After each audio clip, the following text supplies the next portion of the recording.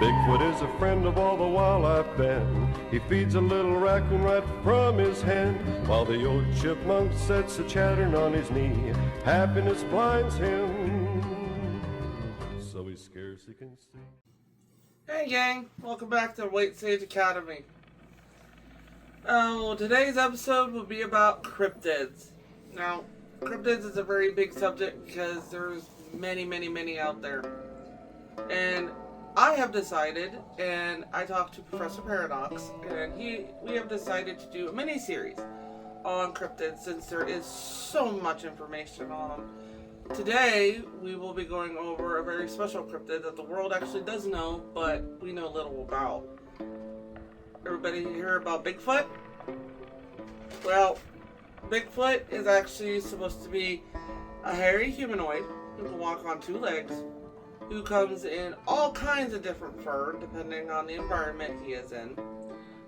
He could weigh up to, it says here, about 500 to 350 pounds. So, a big boy. Some heights have ranged from 5 feet to 10 feet to 12 feet, 14 feet. So when I say Bigfoot is big, he really is. Today we will be discussing just Bigfoot itself. I will be covering some here in the United States. I will not be going over every Bigfoot in the world because there is so much information. But I have pulled some of them, and we will discuss a couple of them that I know about, and some that I don't. Some that sound funny, and some that sound ancient. Like I said in the first episode, here at White Sage Paranormal, we don't just do ghosts. We do all kinds of things, cryptids included. Now, Bigfoot, like I said, is a very big subject. There are many alterations, many descriptions, but not a lot of evidence. So, when I did my research, it took a minute. As you can see, this notebook I'm going through, one whole section of it is nothing but cryptids, guys. So, there's going to be a few episodes. So, if you're into cryptids like I am, you're in the right place. But we're going to start out here along the lines, maybe, if y'all are into it, we're going to start around the world. And then we're going to move on to our hometown. How's that? Alright, the types of Bigfoots across the world. Like I said, I'm not going to get into, like, giant descriptions of these guys, because they're all different. Everybody has a different witness. Everything has a different footprint, handprint. And yes, handprints. They actually leave handprints. There is actually evidence of a scientist doing an experiment where he left a pegboard of nails out along a hunting cabin in the mountains, which I will try and send the clip and so everybody can see this experiment. He puts nails in this board and he sets it in front of the door and he leaves for 6 months. Well, when he comes back, the whole hunting cabin on the outside had been destroyed. Blood everywhere. Hair embedded in the nails. Well, they took a DNA test of that hair and blood, and the DNA was not found in the system, which means it was an unknown animal. Oh boy, what do you think that hunter thought? Grizzly bear? Yeah. Mountain lion? Oh, more than likely if he's living next to the mountain. But no, it didn't come back as any of it. They came back unknown species. I know from that documentary the hunter said that he never went back. There are hundreds and hundreds of stories like that out there. There is one about a place called Ape Canyon. If everybody is interested, I will sit down and I will actually put up that story so everybody can read it on their own time. I will find the article, the webpage, so you can click on it on our Facebook page and just read it on your own. But, that is a whole different kind of story. That was actually a more gruesome story than the one I told you. I think everybody would know this particular Bigfoot, and it's actually really known. He's in cartoons. You know, the Bugs Bunny cartoon. oh, I called him George, and he's petting him, and I call him George, he's my friend forever, the big old white one.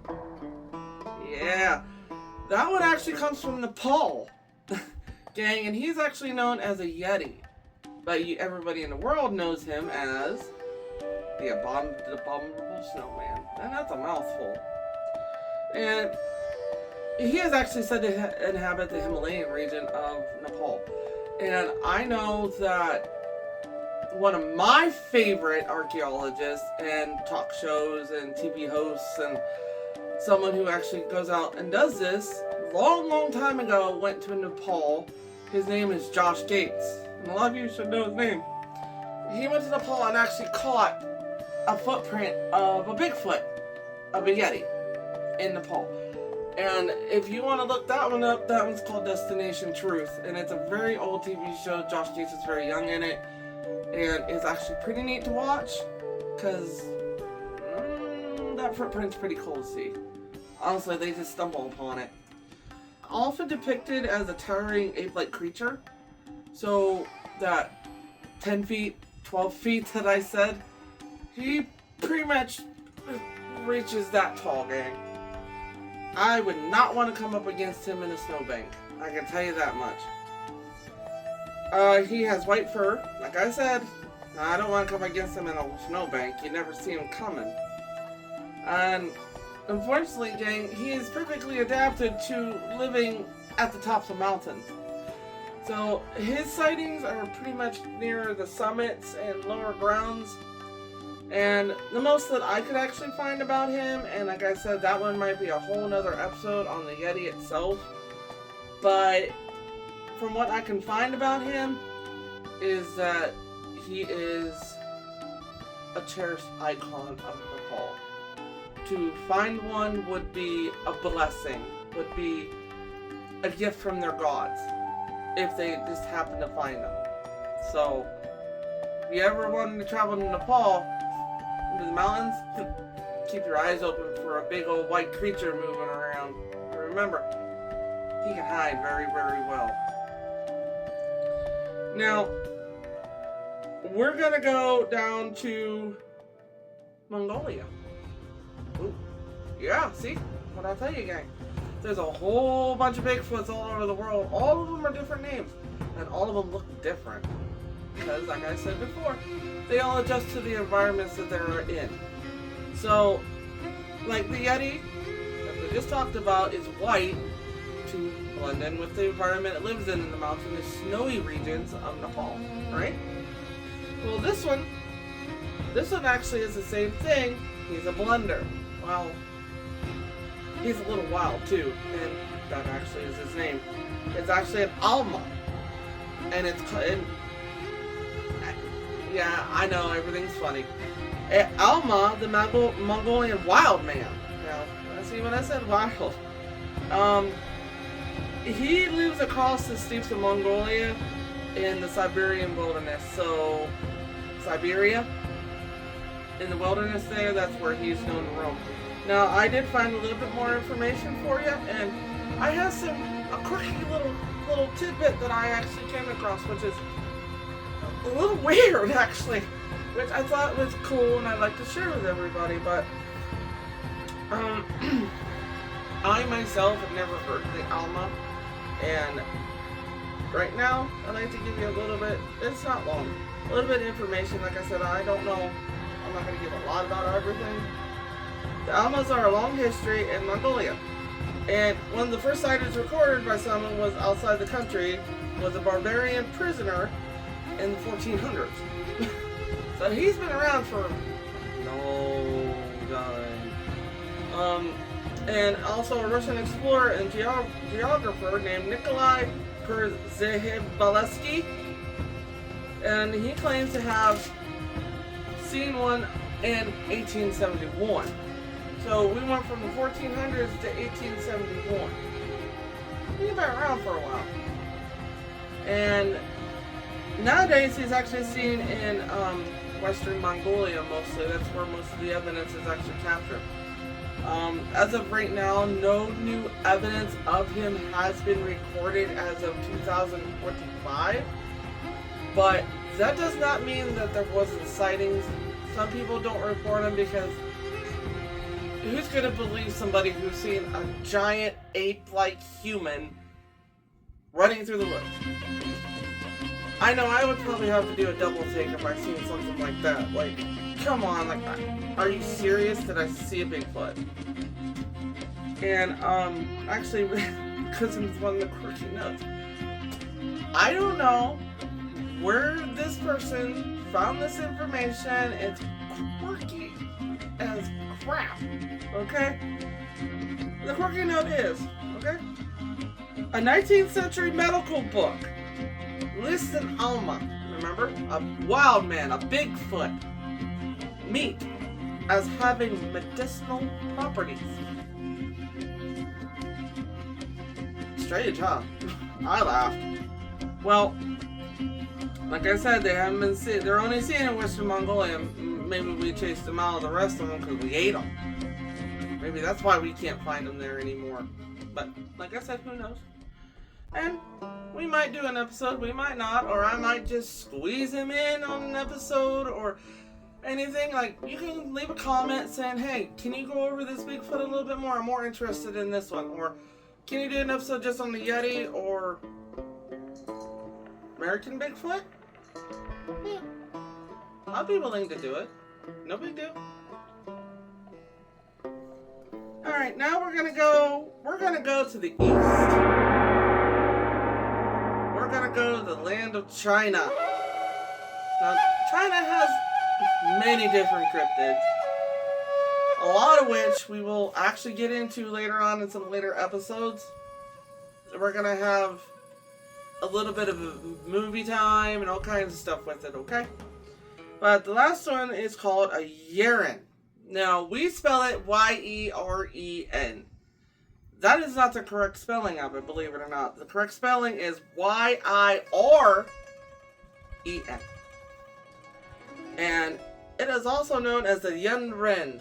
So if you ever watch a Chinese documentary or ever hear anybody talking about the Chinese Bigfoot and you hear the name Yenren, they are talking about this particular Bigfoot called the Yeren. He is known as a man monkey. Guys said some of them are funny. Man monkey. Now, the Yeren is a mysterious primate that lives in the mountains of China, with most of the sightings coming from the Hubei province. I'm sorry if I'm saying that wrong. If you're from there, I do apologize. It is said to have reddish brown hair. Although rare, sightings of a white Yeren have been reported. This may indicate either, they say, albinism, which means they were born with no color, they're all white, or from elderly members of the species who were able to hide out and live amongst the animals and trees that never been seen by a human before.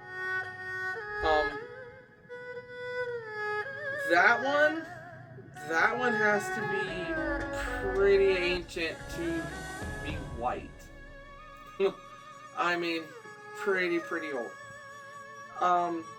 But like I said, if you want me to go over more of the world ones, just leave a comment under the video and let me know. I will be more than happy to go over a video with it.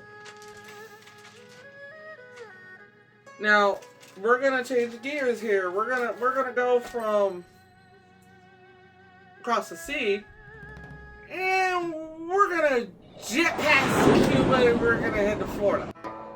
To something that everybody knows in Florida called the skunk ape, which is a cousin of our Bigfoot here in Ohio.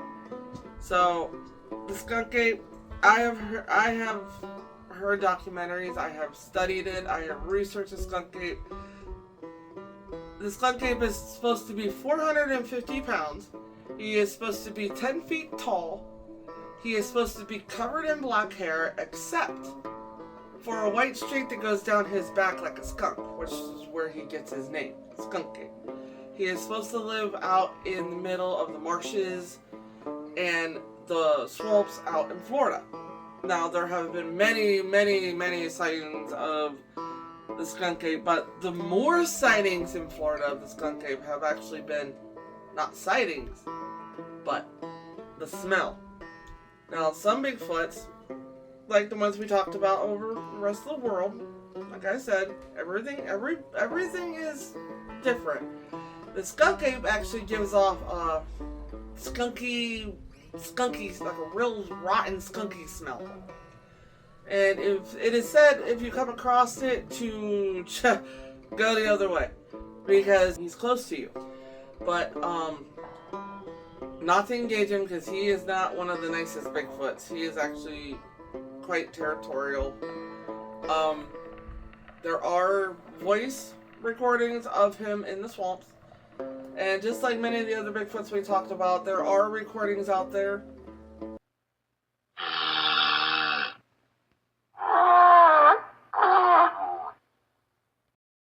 And if you are interested in them, again, you can look up the words Yeti, you can look up the creatures, and you can hear your own recordings if you want to, which is what I did, and trust me, gang, it's worth the time to do it. It's actually pretty neat to hear something like that.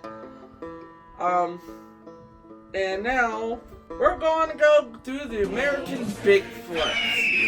Now, I did not do all 50, because every state has like 2 to 3 different kinds of Bigfoots.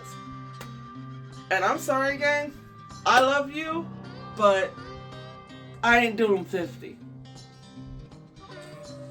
I did happen to go across quite a bunch of them, actually, that I thought maybe would be interesting, and maybe I could find some more information on due to the fact that it is in the United States.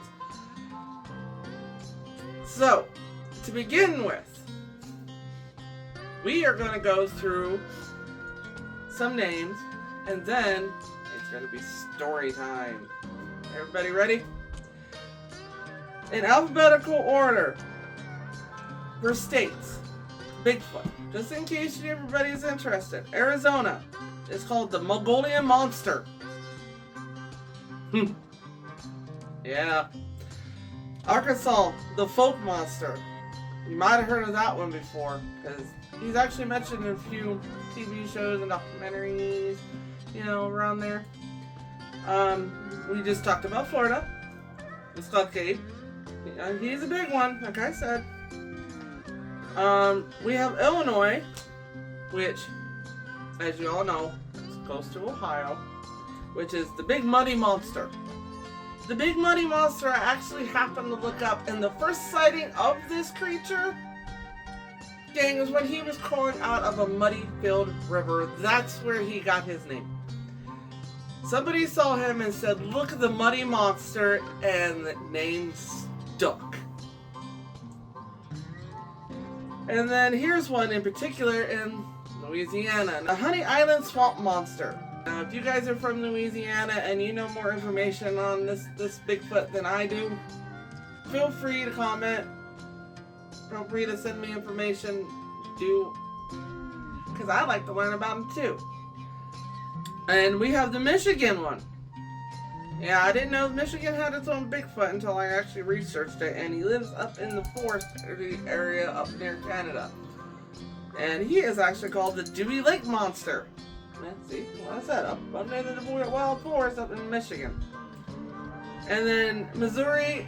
Missouri has a Bigfoot that I have heard over the years, and I actually did not realize it was a Bigfoot. I thought it was some kind of different cryptid. And that was my fault over the years.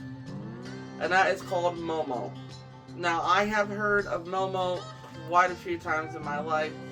No, this is not the monk, the gorilla, that can talk with his hand sign language. That's a whole different subject. Momo is a Bigfoot that resides in Missouri, who lives in the very heavy forested areas, who is known to come up to farms, take livestock, but he's also been known to help, which is weird enough as it is for a Bigfoot. You would think they wouldn't come near you, right? Well, Momo does. Momo understands. I think Momo's old enough to have more human traits than ape. But like I said, a lot of evidence on some of these Bigfoots doesn't exist. And now we're gonna move on to New York. Now, I've not even known New York had a Bigfoot cryptid. Now, I knew it had the legend and the myth about Jared. I stopped. The legend of the crocodile in the sewer. Really cute. Legend of the crocodile in the sewer. Like, I've heard of that, but I did not know they had a Bigfoot. I might do a little bit more research on my own about that one. That was actually quite interesting. And that one's called Monster of Whitehall. Now, I don't know where he got his name, but it does sound interesting, doesn't it? So, we move on to Texas. And that is called the Caddo creature, or the Lake Worth monster. Or in Liberty, Texas, he is also known as the County Monkey Man. Funny names, like I told you. In Virginia, he is called the Wood Booger. It's a weird name, guys. Wood Bogger. Booger. And in West Virginia, he is known as the Old Man of the Mountain. Now, I have heard that before. I've actually heard that one quite a lot. There are old Appalachian legends all about the Old Man of the Mountain, and they're talking about Bigfoot. Bigfoot roams throughout his forest land, feet twice the size of any man. Other names you might actually identify these guys as is Sasquatch, which is a very common one. That name actually is derived from the Coast Salish word, means Sasquatch, which means wild man. We have the wood ape.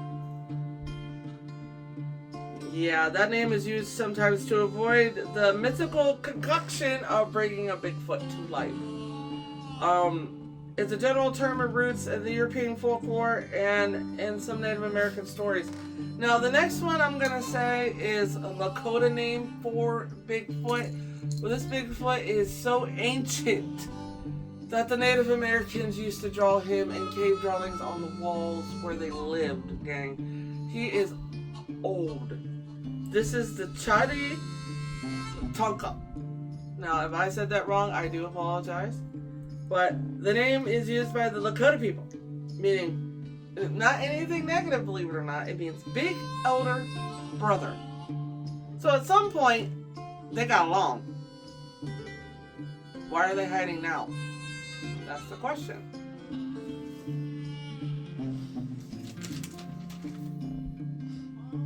Now, there are a few others. One of them we already discussed is the Yeti. And there is a Yeti here in the United States. And unfortunately, that one comes from myth, folklore. Because the Yeti that they're describing is the one we describe, the abominable snowman. I think people are mistaking things. But the last one here that we are going to talk about around the United States is called the Yowie. Now, I have heard the term Yowie before. Again, there is an episode with Josh Gates, my favorite archaeologist, the one that documentaries, researches, travels around the world looking for mythical creatures, explaining mysteries, all this stuff. Love him. But he is also very informational, which is why I keep bringing him up. Like, he does a Yowie episode that's very interesting. Some of the witnesses describe this Yowie as being either brown furred, to being 4 feet tall, from being 8 feet tall, to being 350 pounds, to being 560 pounds. Like, the Yowie has never really been caught on camera, according to every legend and lore that I have found. But I could be wrong. You know, I'm not perfect. But that one actually is supposed to reside in Australia, gang. Yeah. The United States kind of, like I said, gets stuff mixed up every now and then, but Yowie is actually more derived from the Australian folklore legend of their Bigfoot. Now, since we discussed around the world, I'm gonna take you back to where we are now. Now that you learn that there are all kinds of different kinds of Bigfoots, different kind of birds, different kinds of environments, all that stuff. Okay, we learned all that today. But what we're gonna go back is now it's story time. Now, this next Bigfoot, this actually Bigfoot is known. He is actually very well known. But the story I'm about to tell was kind of hidden in history. Hidden within the confines of a little historical society in Northeast Ohio. That's right, gang. Northeast Ohio.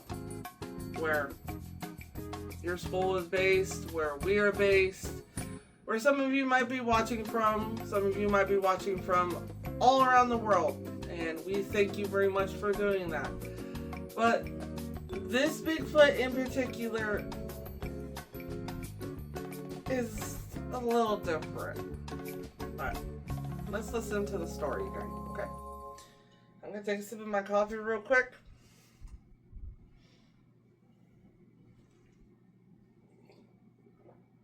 All right.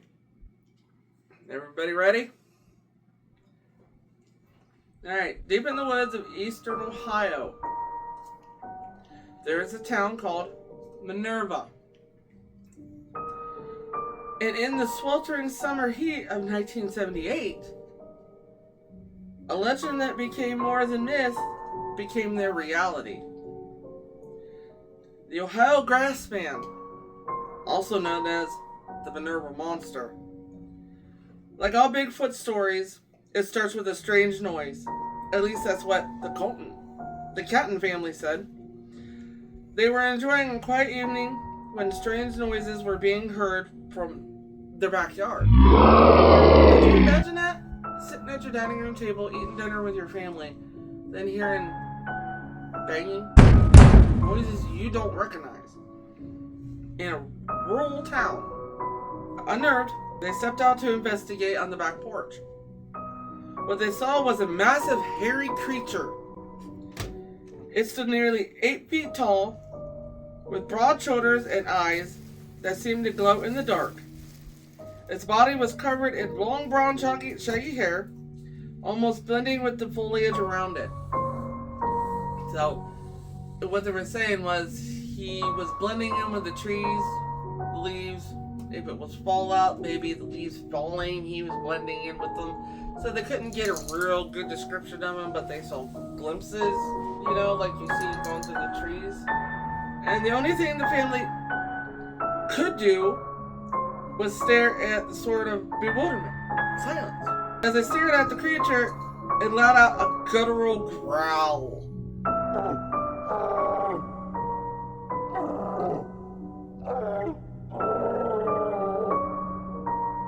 Before disappearing into the woods. So it startled them. And they startled it. After that, more and more sightings continued to happen in this little town of Minerva, Ohio. As word spread through the small town, farmers started finding livestock mysteriously slaughtered, with deep claw marks like on their bodies. Kind of like you would see a dinosaur do, like a T-Rex on the side of an animal with the claw marks, like whoosh, like that. Hikers on local trails have felt feelings of being watched, as if unseen eyes were watching from the shadows. As sightings grew, they took action and hired a team of experienced trackers and hunters led by Sheriff Jake Thompson. The Kentons never forgot their encounter over the years. They gathered evidence and footprints, broken limbs, tufts of hair, but never really seeing it again. Till one autumn night, the Kentons and their team experienced their most profound encounter yet. So, this family that we're talking about got interested, got into the curiosity of the mystery. What is that? What was in our yard? So they just started researching, started going after it, started looking for evidence. They heard the calls of the grass man, but also heard another fainter voice in the distance. It was then that they seen two massive creatures, almost realistic, that they were, at the moment, I would say for parental advisory, that they were hugging.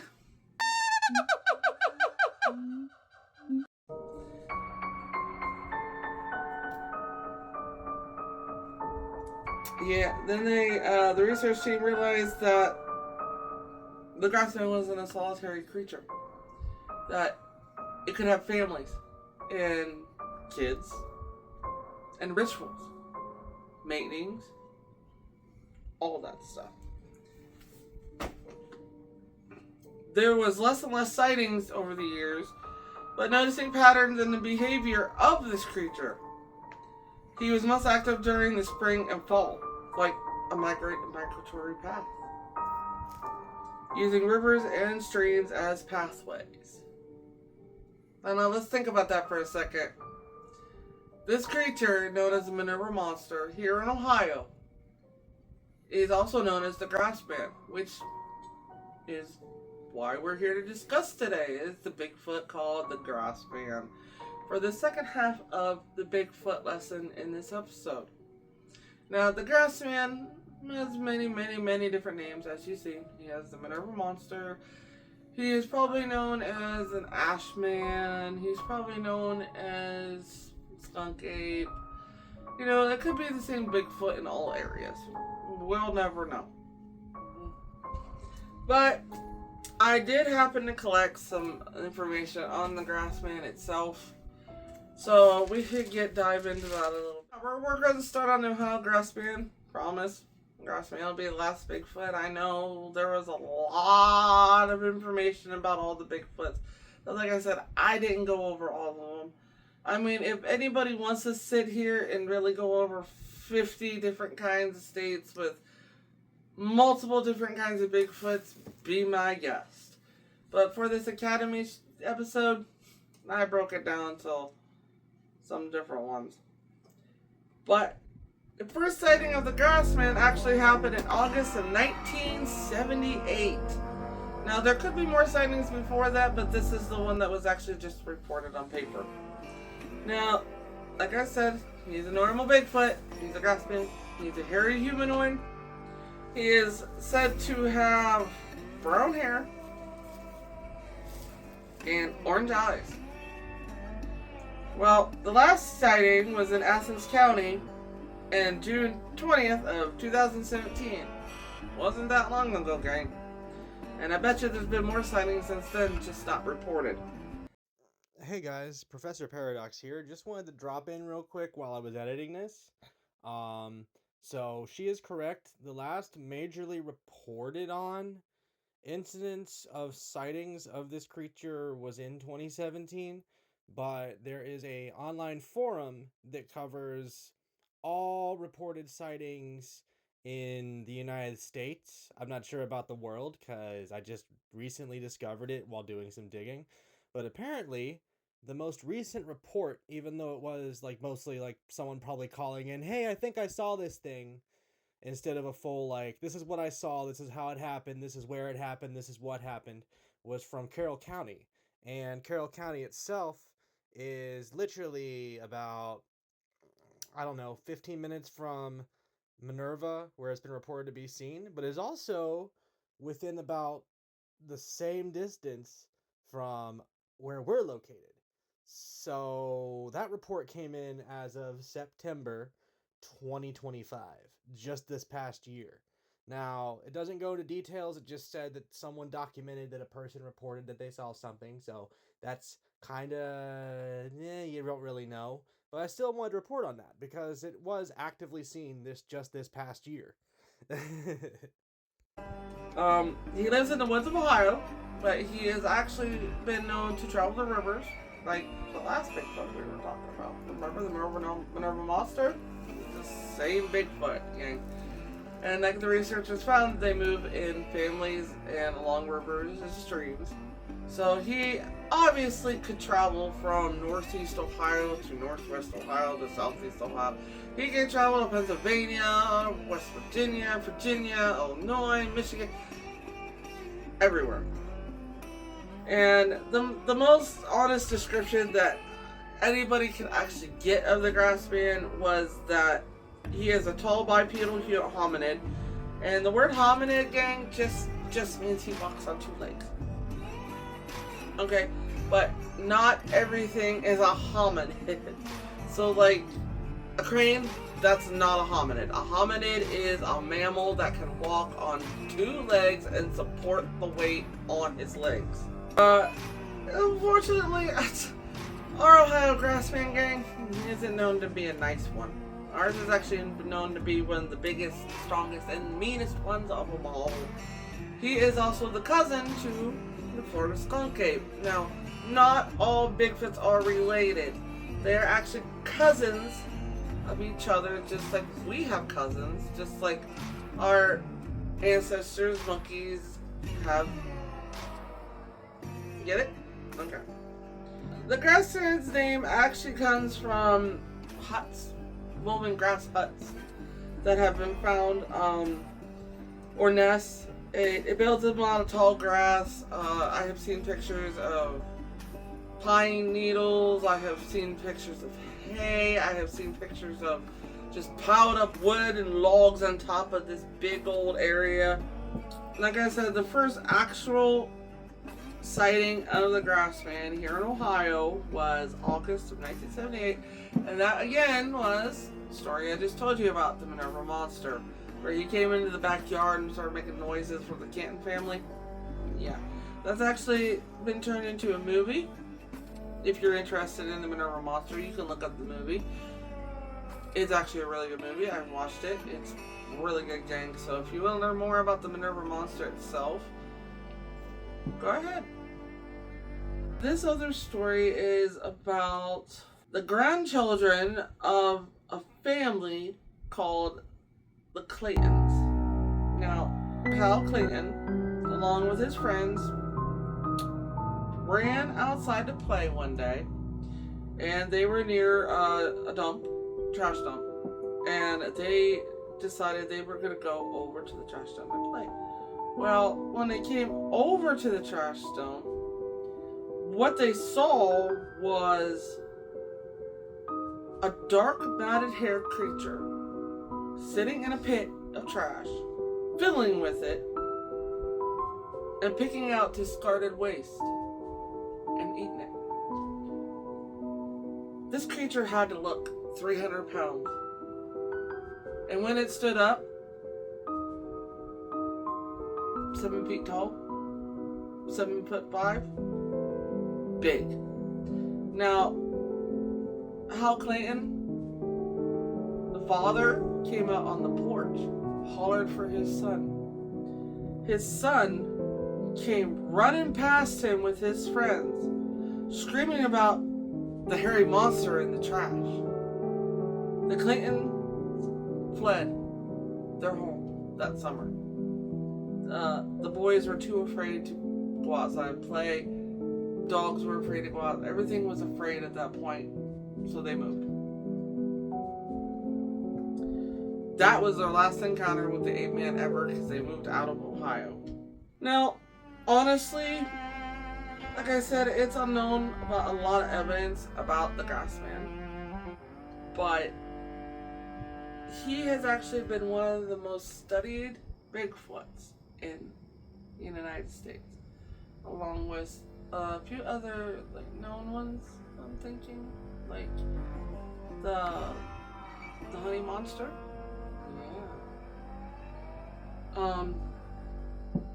Now, as an evidence-wise for the Grassman, guys, footprints and handprints have been found. And now, like I said, there is so much. The footprint information that I found ranges from 10 to 20 inches long. And some footprints seem to have claws or pigeon toes. And some of them seem to be flat-foot. And some of them are three-toed. Now, we all know that our DNA says that we are related to apes and monkeys, correct?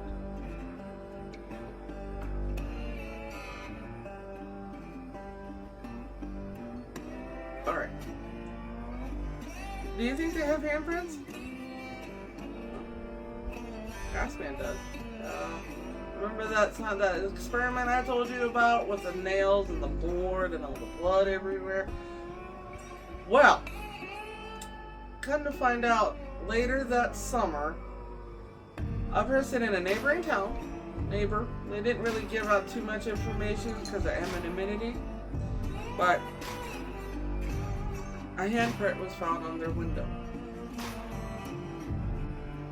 That was big. Alright.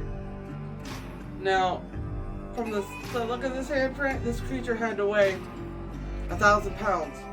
Easily. Now, remember what I said about the Grassman, guys. He is not known to be nice.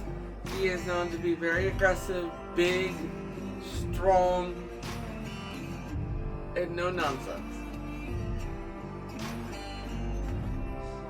Some reports say it growls and barks with an unusual heavy breath.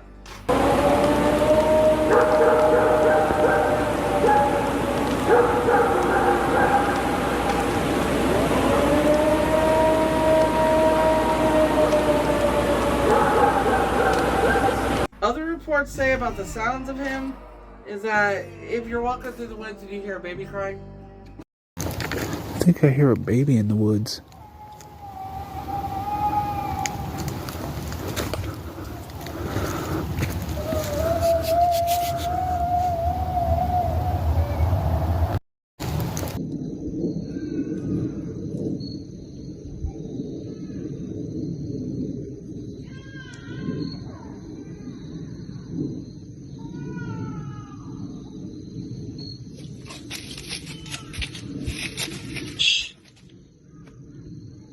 It's not something you hear deep in the woods every day.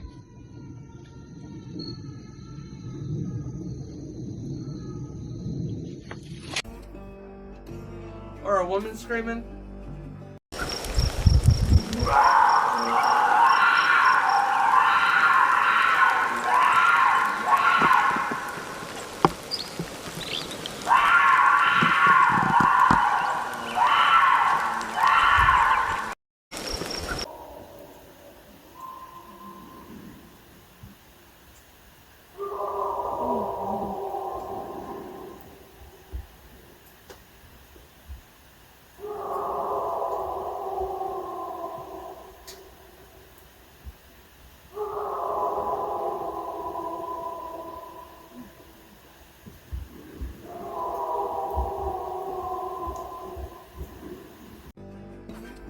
Don't go near it.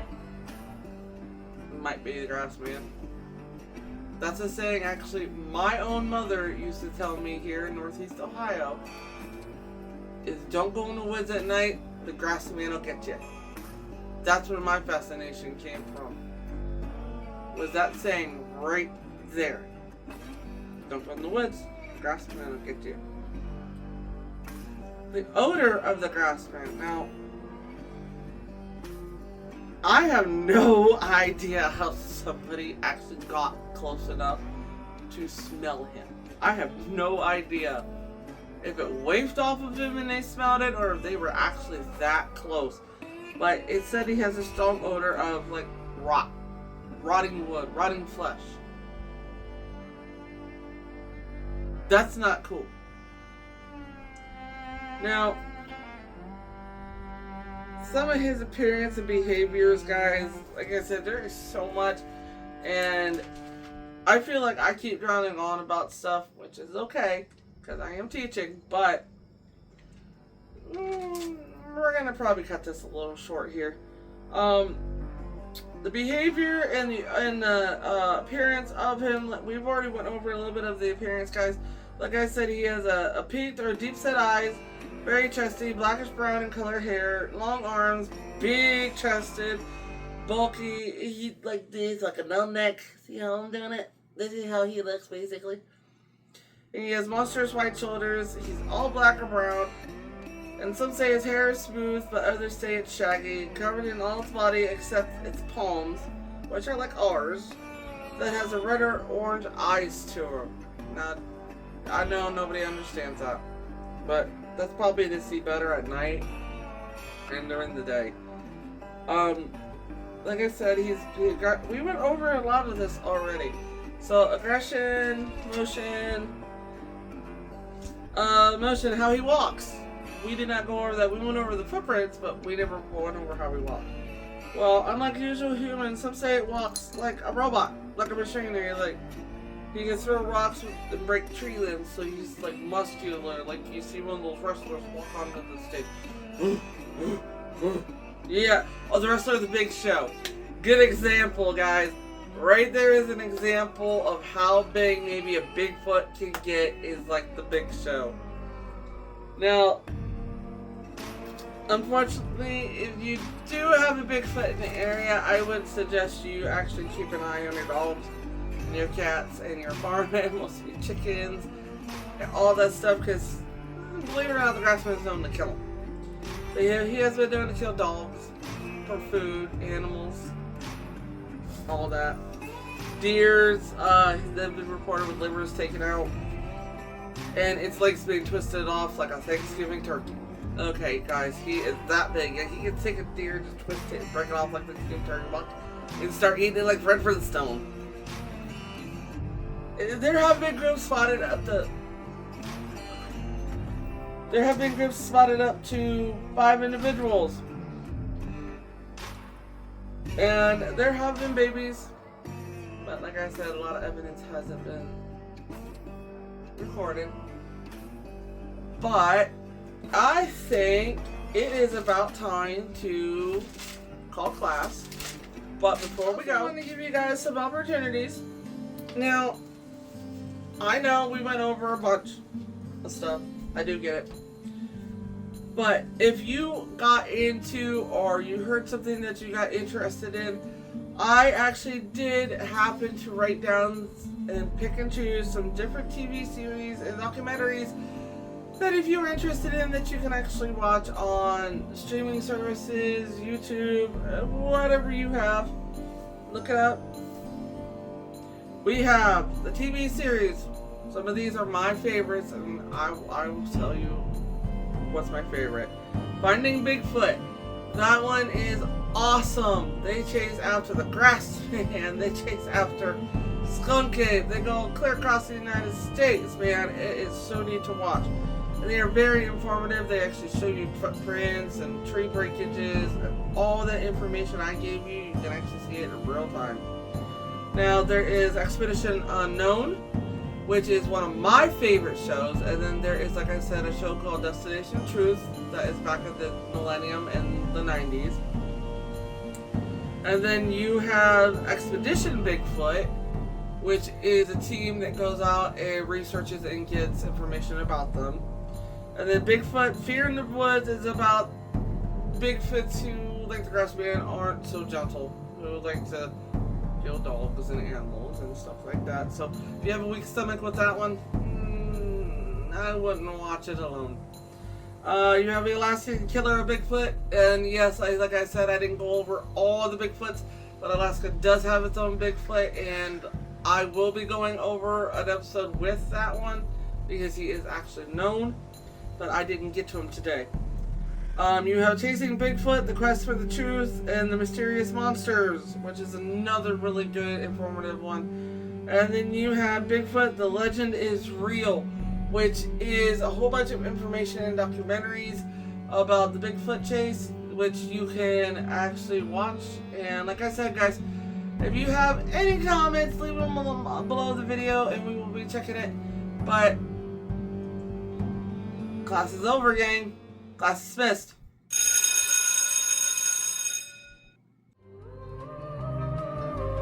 Bigfoot roams throughout his forest land, feet twice the size of any man. With the moon shining bright on a running stream, you can hear him yelling